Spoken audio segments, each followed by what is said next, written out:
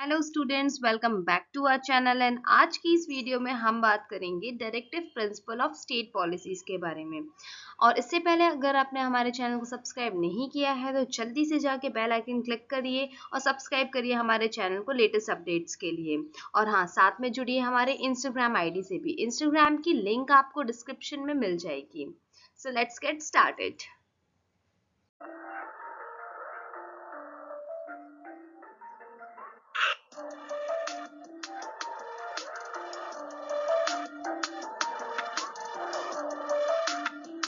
So first of all, we are going to discuss about the introduction of DPSP. So this concept of DPSP or the Directive Principle of State Policy has been taken from Irish Constitution. तो हमारा जो DPSP का source है वो Irish Constitution है और हमारे Constitution में Directive Principle of State Policy को पार्ट नंबर 4 में मेंशन किया हुआ है, जो कि कवर करते हैं आर्टिकल 36 से लेके 51 तक। इसी के साथ बी आर अम्बेडकर ने, डॉक्टर बी आर अम्बेडकर जो कि हमारे फादर ऑफ कॉन्स्टिट्यूशन कहलाते हैं, उन्होंने इसको नोबल फीचर का नाम भी दिया है। They have denote the DPSP with the term noble feature. Along with this, Granville Austin जो है उन्होंने भी हमारे डीपीएसपी को और साथ में फंडामेंटल राइट्स को कंसाइंस ऑफ कॉन्स्टिट्यूशन कहा है। कंसाइंस ऑफ कॉन्स्टिट्यूशन यहाँ पे उन्होंने क्यों कहा है? Because they are a frame, they are like the constitution in a very short way. बहुत ज्यादा छोटे वे में हमारे पूरे कॉन्स्टिट्यूशन को दर्शाता है। दस गॉडविन ऑस्टिन जो है उन्होंने डीपीएसपी को और फंडामेंटल राइट्स को कंसाइंस ऑफ कॉन्स्टिट्यूशन कहा है। Now we will discuss about the features of DPSP. तो डीपीएसपी के फीचर्स डिस्कस करने से पहले मैं आपको बता दूं कि डीपीएसपी का जो मेन एम एंड ऑब्जेक्टिव है is totally the social welfare. वो सोसाइटी के वेलफेयर के लिए बनाई गई है, पीपल्स के वेलफेयर के लिए बनाई गई है। जैसा कि यहाँ पे फर्स्ट पॉइंट में ही मेंशन किया हुआ है, the main aim of these principles is to create the social and economic condition under which all the citizens can lead the good life. तो मतलब ये सोशल और इकोनॉमिक कंडीशन बना देती है सोसाइटी में कुछ इस फॉर्म में, ताकि जो पीपल हैं, सिटीजन ऑफ स्टेट हैं, वो अच्छे से रह पाए, गुड अपनी लाइफ को एक बेटर मैनर में लीड कर पाए। After that, the government must keep these principles in mind while framing the laws and principles. तो जब भी ये अपने माइंड, जब भी गवर्नमेंट कोई भी लॉज या प्रिंसिपल बनाने जाए तो वो इन प्रिंसिपल्स को, इन डायरेक्शंस को अपने माइंड में रखें, इन डायरेक्शंस के अकॉर्डिंग बनाए, इनके रूल्स एंड रेगुलेशंस को फॉलो करते हुए, इनको मद्देनजर रखते हुए वो लॉज एंड प्रिंसिपल्स और जितने भी पॉलिसीज हैं वो क्रिएट करें। These provisions of the constitutions of India are justiciable nature. Here justiciable in nature का मतलब है that directive principles are not legally enforceable by court for any violation of this of DPSP. After that, it is a duty of the state, that is central government and state government, to apply these principles while making the laws. तो जब भी ये law बनाते हैं, as we have discuss it earlier, कि कभी भी जब भी गवर्नमेंट लॉज या पॉलिसीज बनाए तो इनकी ड्यूटी होती है कि वो इनको अपने दिमाग में रखते हुए, इनको मद्देनजर रखते हुए लॉज बनाए। इसी के साथ इन्होंने ये भी कहा है कि सारे एग्जीक्यूटिव ऑफिस एजेंसीज जो हैं वो भी इनको गाइड करेंगे। साथ ही जब भी जुडिशरी कोई भी केस को डिस्कस कर रहा हो या किसी भी केस पे डिस्कशन चल रहा हो, तो जुडिशरी भी इसको अपने माइंड में रखेगी वाइल डिस्कसिंग एनी केस और while judging any case. The next thing is what?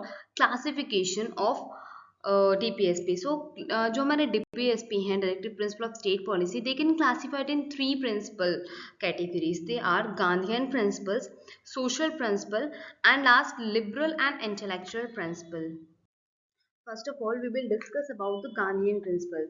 So Gandhian principle are based on the Gandhian ideology or philosophy. ये जो principles हैं वो गांधी की philosophy और ideology पर based है। जो भी programs और reconstructions गांधी जी ने during the national movements के time पे किए थे, उन सभी को promote करने के लिए हमने, और गांधी जी के dreams को fulfill करने के लिए, और in order to fulfill the dreams of Gandhi ji, some of these ideas are also included in DPSP. तो उनके कुछ ideas, उनके कुछ philosophy हम लोगों ने DPSP में include कर दिए हैं, जिनको हम कैटेगराइजेशन में गांधीयन प्रिंसिपल्स के अंडर में रखते हैं। एंड गांधीयन प्रिंसिपल्स के अंडर में कुछ आर्टिकल्स कवर होते हैं जो कि गांधी की फिलोसफी और आइडियोलॉजीज को रिप्रेजेंट करते हैं। The article are article number 40, 43, 43B, 46, 47 and 48. One by one we will discuss all these articles. First, article number 40. So 40 is related to organization of a village panchayats and endure them with the necessary power and authority to enable them to function as unit of self government.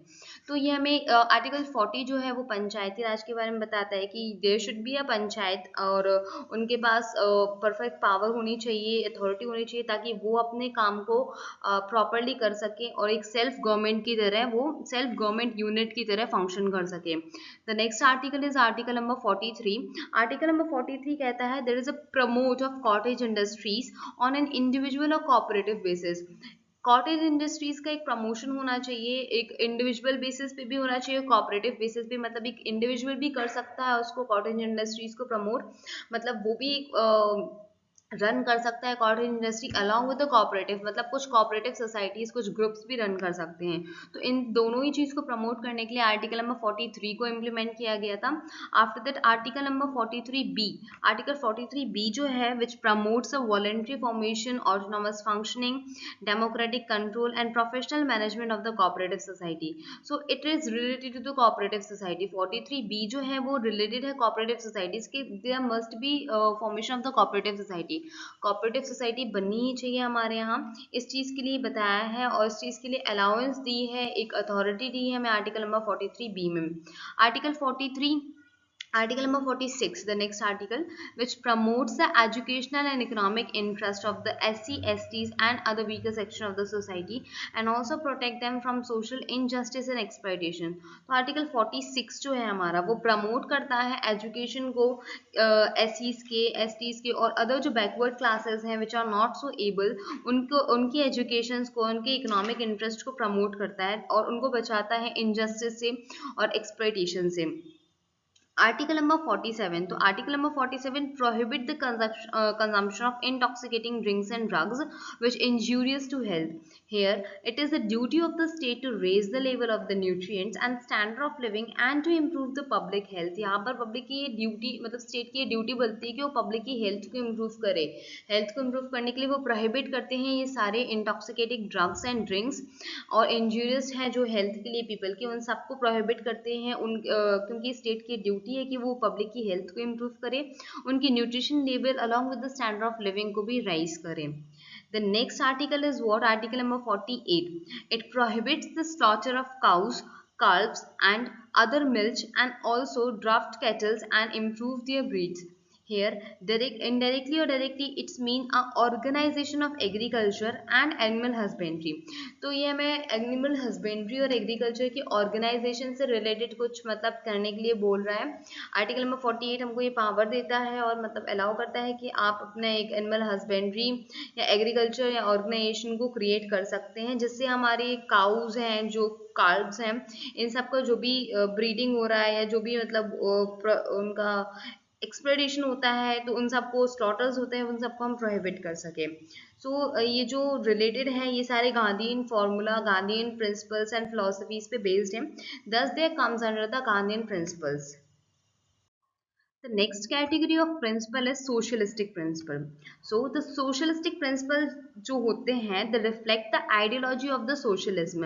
They lay down the framework of a democratic socialist state and the main aim is at providing the social and economic justice and set the path towards welfare of the society. तो जो social principles होते हैं ये socialism के ideology को मतलब दिखाते हैं, दर्शाते हैं और इनका मेन एम होता है कि ये सोशल की वेलफेयर के लिए काम करें. तो उसके अंदर कुछ प्रिंसिपल्स हैं जैसे आर्टिकल नंबर 38, 39, 39A, 42, 43 एंड 47. सो सबसे पहले हम डिस्कस करेंगे एक एक करके सारे. तो first of all we will going to discuss about the article number 38. Article 38 says what? To promote the welfare of the people by securing a social orders through justice of social, economic and political. हम मतलब article number 38 ये कहता है कि हम people की welfare को promote कैसे कर सकते हैं.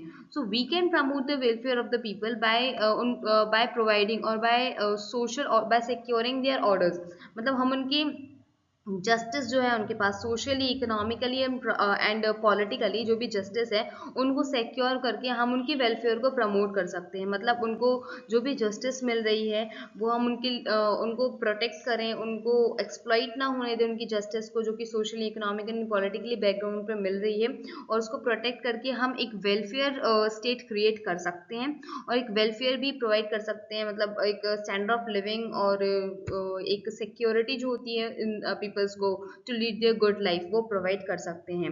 और in other words we can say that state to secure the social orders for the promotion of welfare of the people. तो जो भी सोशल ऑर्डर्स है रिलेटेड टू द पीपल उनको सिक्योर करके स्टेट जो है वो मतलब वेलफेयर प्रमोट कर सकता है पीपल्स के लिए। Article number 39, to secure its citizens from right to educate mean of living for all citizens, equal pay for equal work for men's and women's, opportunity for the healthy development of the children। तो article 39 जो है, there are certain principles of the policies to be followed by state. ये कुछ principles हैं जो कि state को follow करने चाहिए। जैसे एक लाइवलीहुड का राइट है सिटीजन्स को, तो वो उनको प्रॉपरली प्रोवाइड करना चाहिए। मैन हो या वुमेन विदाउट एनी डिस्क्रिमिनेशन उनको इनको इक्वल पेमेंट देना चाहिए एंड प्रॉपर अपॉर्चुनिटी मिलनी चाहिए हेल्दी डेवलपमेंट के लिए of the children. After that article number 39A जो होता है, it promotes equal justice and free legal aid to the poor. So it is also one of the important socialism ideology based principle which should be followed by the state। Article number 41 जो है वो cover करता है to secure the right to work, to education and to public assistance in certain cases of unemployment, old age, sickness and disability। So this is also one of the socialism ideology based एक principle है। ये सब आप देख रहे हो जो भी socialism के अंदर है वो सब society से related है, socialism ideology से related है, thus they are placed in the socialism principle। So the next article is article number 42, to make the provision for just and human condition of the work and maternity relief। तो article number 42 में एक provision बनाया गया है कि human का working condition कैसा होना चाहिए, वो किस कंडीशन में वर्क करेगा, एंड बाय द टाइम अगर किसी को भी किसी चीज़ की लीव या मैटरनिटी लीव चाहिए है, उनको रिलीफ चाहिए, तो वो उनको प्रोवाइड किया जाएगा। यहाँ पर एम्प्लॉय और ह्यूमन की वर्किंग कंडीशन और उसके इंटरेस्ट के बारे में बात की गई है। The next article is article number 43, to secure a living wages, a decent standard of living and social and cultural opportunity for all the workers. तो एक यहाँ पर लिविंग वेजेस के बारे में बात की गई है। मतलब जो भी वेजेस लेबर्स को मिलती है उसके उस वेजेस के बारे में, उनके स्टैंडर्ड ऑफ लिविंग के बारे में, और जो एक सोशल और कल्चरल अपॉर्चुनिटी है वर्कर की, उनको मैनेजमेंट वर्क पे बोलने की जो अपॉर्चुनिटी है, वो कैसे काम करेंगे, अपने हित के लिए वो आवाज़ उठा सकते हैं, इस चीज़ के जो भी मतलब अपॉर्चुनिटी है वो भी उनको प्रोवाइड की जाए, ये भी आर्टिकल नंबर 43 के अंडर में मेंशन किया है। Now at the last article number 47, जो आर्टिकल 47 है, to raise the level of nutrition standard of living of people and to improve the public health. तो ये जो मतलब ये ड्यूटी बनती है, ये हमने गांधीयन प्रिंसिपल में भी पढ़ा था एंड सोशलिस्ट प्रिंसिपल में भी इसको मेंशन किया गया है, क्योंकि गांधी आइडियोलॉजी से भी रिलेटेड है और सोशलिज्म आइडियोलॉजी से भी रिलेटेड है कि स्टेट की ड्यूटी बनती है कि वो पीपल की स्टैंडर्ड ऑफ लिविंग को बढ़ाएं, उनकी न्यूट्रिशन लेवल को बढ़ाएं, और साथ ही में वो उनकी हेल्थ को भी इम्प्रूव करे। वो हेल्थ को कैसे इम्प्रूव कर सकते हैं? By prohibiting the intoxicating drinks and drugs. The next is liberal intellectual principle. तो ये जो हमारा लिबरल और इंटेलेक्चुअल प्रिंसिपल्स हैं, these are the principles which are based on or includes a category which represent the ideology of liberalism। ये liberalism के ideology को और principles को मतलब reflect करते हैं, and it covers these are articles, that is article number 44, 45, 48, 49, 50 and 51। So article number 44, to secure for all the citizens a uniform civil code throughout the country। Article number 45, to provide early childhood cares and education for all the children until they complete the 6 year age। तो article number 45 जो है, ये जो article है वो जो भी students हैं, जो भी बच्चे हैं जिन्होंने 6 ईयर की एज कंप्लीट कर लिया या इसके अंडर में हैं, उनकी एजुकेशन से रिलेटेड है। जो भी 6 ईयर के स्टूडेंट्स या उसके अंडर में हैं, उनकी एजुकेशन से, उनकी चाइल्डहुड केयर से रिलेटेड है हमारा article number 45।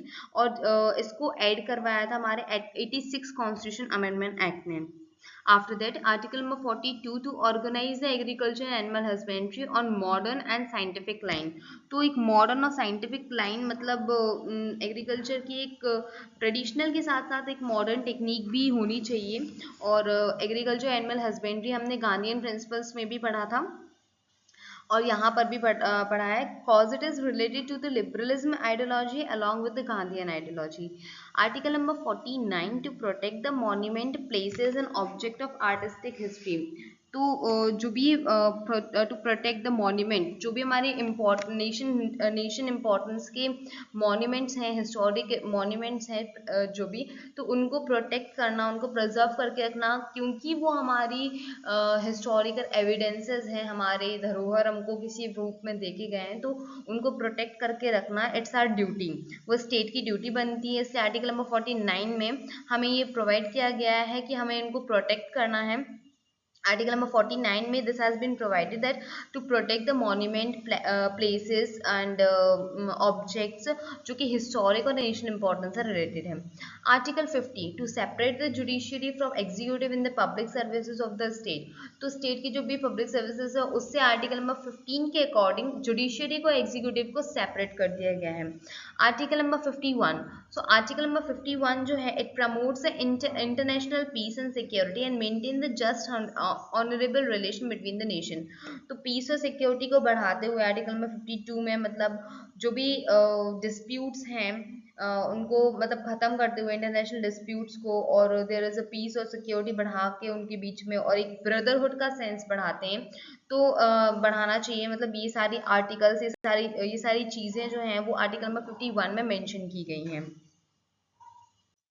Now at the last we are going to discuss about the criticism of the DPSP। तो जैसा कि हम जानते हैं कि हर सिक्के के दो पहलू होते हैं, तो DPSP के साथ इतने सारे उसके ऑब्जेक्ट्स हैं, सारे सोशल और वेलफेयर से रिलेटेड हैं पीपल के, बट कुछ क्रिटिक्स भी होते हैं, कुछ बैड इफेक्ट्स भी होते हैं चीज़ों की, कुछ रॉन्ग, कुछ डार्क साइड्स भी होते हैं। So these are some dark sides of DPSP, like they are not enforceable by, they are no legal enforcement. मतलब अगर उनका वायलेशन भी हो जाता है तो उन पे कोई लीगल ऐसा राइट नहीं है कि उनको कोई लीगल जजमेंट हो उनके इन्फोर्समेंट के टाइम पे, मतलब नो अनाउंसमेंट और there is no legal enforcement by the court for their violation। after that illogically arrange, उनका कोई लॉजिक नहीं है, illogically उनको अरेंज कर दिया गया है। likewise the manner, जैसा भी कॉन्स्टिट्यूशनलिस्ट ने चाहा उन्होंने उस टाइप से उसको अरेंज कर दिया है। after that the conservative, the last point is what, the constitutional conflict between the center and state। तो इसके कारण कई सेंटर और स्टेट के बीच में मतलब कॉन्फ्लिक्ट्स हो रहे हैं, क्योंकि स्टेट की अलग पॉलिसीज हैं और सेंट्रल की अलग पॉलिसीज है। तो स्टेट अपनी इन पॉलिसीज को यूज करेगा और सेंट्रल दूसरी पॉलिसीज को यूज करेगा। So there must be the clash in the interest between state and centre. उन दोनों के इंटरेस्ट के बीच में क्लैश होगा और वो लोग कोएग्जिस्ट नहीं कर पाएंगे साथ में। स्टेट इंडिपेंडेंटली कोएग्जिस्ट करेगा और सेंट्रल अलग अलग ये लोग रहेंगे, तो उससे ऑब्वियसली कॉन्फ्लिक्ट क्रिएट होंगे and there must be proper way to run the society or run the state, but it will not so। तो ये जो DPSP है वो इस चीज़ को अलाउ नहीं करता है। तो इसी के साथ हमारा आज का वीडियो कंप्लीट होता है। Subscribe for more such video and thanks for giving your valuable time to us.